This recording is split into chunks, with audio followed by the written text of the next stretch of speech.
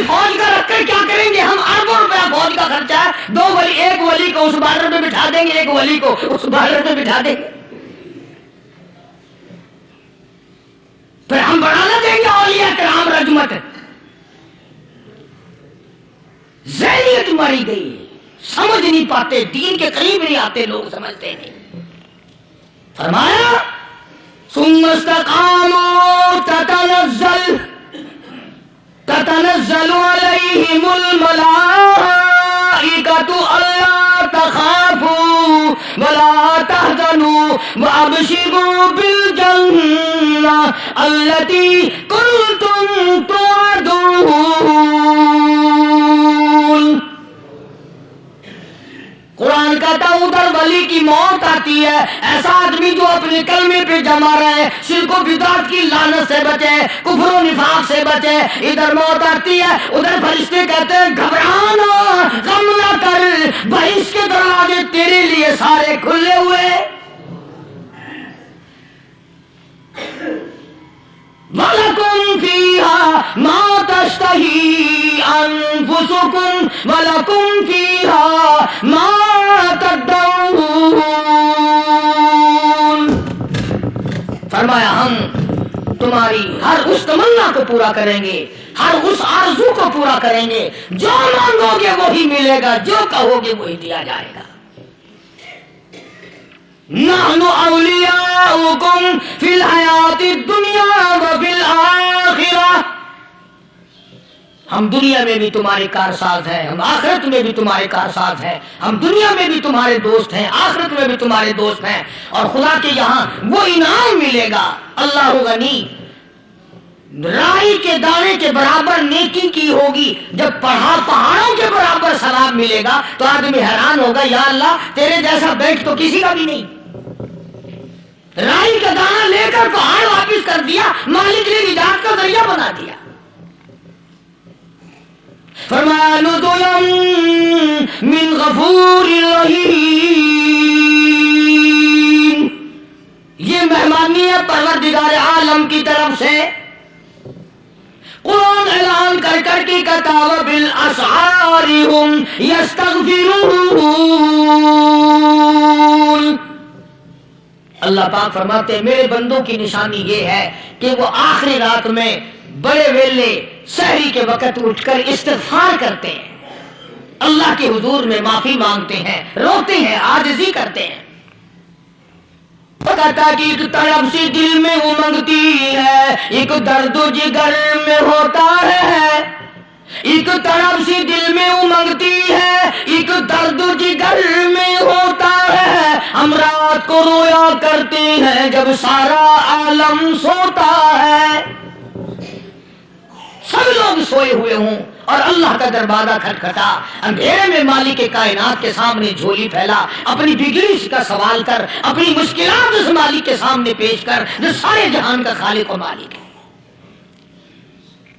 عقیدہ بھی بناؤ، اعمال بھی بدلو، مزاج بدلو، طبیعتوں میں انقلاب لاؤ، اور لوگوں ان گھروں کو مسلمانوں والے گھر بناؤ۔ تم برا مان کے جاؤ یا بھلا مان کے جاؤ، میں اپنے عقیدے کی بات کو چھپاتا نہیں۔ جس گھر میں کوئی مرد عورت قرآن کے کھولنے والا نہیں، میں اس گھر کو مسلمان کا گھر نہیں کہتا، وہ چوڑے اور کڑار اور سکھ کا گھر ہے۔ تمہیں یہ سکھایا کس نے ہے کہ مرنے کے بعد قرآن پڑھا جاتا ہے اور ساری زندگی میں نہیں پڑھا جاتا؟ یہ قرآن مردوں کے لیے تھوڑی آیا، یہ زندوں کے لیے آیا ہے۔ حدیث پاک میں آتا ہے حضور کریم صلی اللہ علیہ وسلم نے فرمایا عیسیٰ علیہ السلام ایک قبرستان سے گزرے، گورستان سے گزرے تو ایک قبر کو دیکھا، وہ نبی ایسا تھا، اس کے معجزات ایسے تھے۔ قبر میں دیکھا تو ایک بڑھیا جل رہی ہے، سڑ رہی ہے، تباہ ہو رہی ہے، رو رہی ہے۔ تو عیسیٰ علیہ السلام پناہ پناہ کر کے وہاں سے گزر گئے۔ چند دنوں کے بعد جو اسی قبر کے پاس سے گزرے تو عیسیٰ علیہ السلام کو دھیان آیا کہ اس قبر میں ایک بڑھیا بڑی عذاب بھگت رہی تھی، مگر اس دن جو دیکھا وہ تو عیش میں بیٹھی ہے، تخت میں بیٹھی آرام کر رہی ہے۔ سیدنا عیسیٰ علیہ السلام نے اللہ پاک سے سوال کر دیا، الہی مرنے کے بعد تو آدمی کوئی نیکی بھی نہیں کر سکتا، اس نے کیا کر لیا کہ اس کا سارا نظام بدل گیا؟ آواز آئی، اے عیسیٰ لکھ کے لے جاؤ یہ بات، حضور کا فرمان ہے۔ فرمایا اے عیسیٰ، اس مائی کے چھوٹے سے پوتے نے استاد کے پاس جا کر کے پڑھا بسم اللہ الرحمن الرحیم، اس ننھے سے منہ سے، چھوٹے سے منہ سے جب یہ لفظ نکلا، اے اللہ تو بڑا مہربان ہے، تو بڑا کریم ہے۔ عیسیٰ چھوٹے سے منہ سے جب نکلا، وہ تو معصوم تھا، اس کے منہ سے جب نکلا نا کہ میں بڑا مہربان ہوں، میں نے اس معصوم بچے کے صدقے میں اس کی دادی پہ کرم کر دیا۔ اس کے نام میں بڑی برکتیں ہیں، اس اللہ کا نام لینے میں بڑی برکت ہے۔ گڑ میں مٹھاس ہے، اللہ کے نام میں مٹھاس نہیں۔ ٹافیوں میں مٹھاس ہے، اللہ کے نام میں مٹھاس نہیں۔ تم نے چکھ کے نہیں دیکھا، اگر تم چکھ لو، خدا کی قسم دنیا کی کوئی چیز اچھی نہ لگے اللہ کے نام کے مقابلے میں۔ اللہ پاک مجھے اور آپ سب کو اپنا نام لینے کی توفیق عطا فرمائے، اپنے قرآن کی تلاوت کرنے کی توفیق عطا فرمائے، اور اپنا ذکر اور اپنا فکر اور اپنے شکر کی توفیق عطا فرمائے، اور اللہ پاک ہم سب کو یہ ہمت دے کہ مرتے دم تک ہم قرآن سے یاری کریں، قرآن سے وفاداری کریں۔ وآخر دعوانا الحمدللہ رب العالمین۔ پچھلے جمعے کی بڑی شاندار کیسٹ جو آپ لوگ خود سن کے گئے تھے، اور بھی سب کیسٹیں ہیں، بڑی اعلیٰ درجے کی اولیاء کرام کی جو بھی بیمار ہے یا اللہ سب کے دکھوں کو دور فرما دے، یا اللہ اپنے محبوب صلی اللہ علیہ وسلم کے صدقے میں سب کی تکلیفوں کو دور فرما، سب کی پریشانیوں کو دور فرما، سب کی نیک تمناؤں کو پورا فرما۔ یہ جتنے مرد عورت آئے بیٹھے ہیں یا اللہ ان کو قدم قدم پہ نیکیاں اور قبولیت عطا فرما، یا اللہ سب کے کاروبار میں، سب کی فصل میں برکت عطا فرما، یا اللہ سب کی نیکیوں کو اتنا بڑھا کہ ہمارے لیے ذریعہ نجات بن جائیں۔ یا اللہ ہم سب کے والدین کی مغفرت فرما۔ میرے حاجی صاحب کے لیے بھی دعا کرو، جس کا یہ سارا بوٹا لگایا ہوا، اللہ تعالیٰ اس کی قبر کو جنت کا باغ بنائے۔ میری والدہ کے لیے بھی، سب کے والدین کے لیے دعا کرو، یا اللہ سب کی قبروں کو جنت کا باغ بنائے۔ جس کے عزیز رشتہ دار، اہلیہ، بھائی، بھتیجے، خاندان کے لوگ، وسیب کے لوگ جتنے بھی قبروں میں چلے گئے، یا اللہ سب کی مغفرت فرما، سب کے گناہوں کو معاف فرما، یا اللہ سب کو اعلی علم میں جگہ عطا فرما۔ یا اللہ اس مسجد کے، مدرسے کے جتنے لوگ خدمت گزار ہیں، مال و جان میں برکت عطا فرما، یا اللہ ان کو اتنا دے کہ ان کے گھر بھر دے۔ ہاں کوئی ساتھی بتلا رہے ہیں، کوکا کولا کا کوئی ساتھی ہے جہاں بھی ہے، اللہ تبارک و تعالیٰ سے کاملہ عطا فرمائے۔ یا اللہ ان سب کو حج بیت اللہ نصیب فرما، سب کو روزے رسول اللہ صلی اللہ علیہ وسلم کی زیارت نصیب فرما، بے اولاد کو اولاد عطا فرما۔ یا اللہ ہم سب کی اولاد کو نیک، صالح اور نمازی بنا، یا اللہ سب کی اولاد کو ہدایت عطا فرما۔ یا اللہ ہم سب کے گھروں کو نماز اور قرآن سے آباد فرما، مرتے وقت کلمے اور ایمان والی دولت عطا فرما۔ یا اللہ ہم سب کی عزت، آبرو، جان، مال اپنی امان اور اپنی حفاظت میں رکھ۔ یا اللہ ساری امت کی مغفرت فرما، سارے پاکستان پہ کرم اور فضل فرما، ساری مخلوق کے ساتھ یا اللہ رحم کا معاملہ فرما۔ یا اللہ ہماری دعاؤں کو نہ دیکھ، ہمارے اعمال کو نہ دیکھ، اپنے محبوب صلی اللہ علیہ وسلم کے صدقے میں تمام دعاؤں کو قبول فرما۔ صلی اللہ علیہ حبیبہ محمد وعلی آلہ وصحبہ اجمعین برحمتک یا ارحم الراحمین۔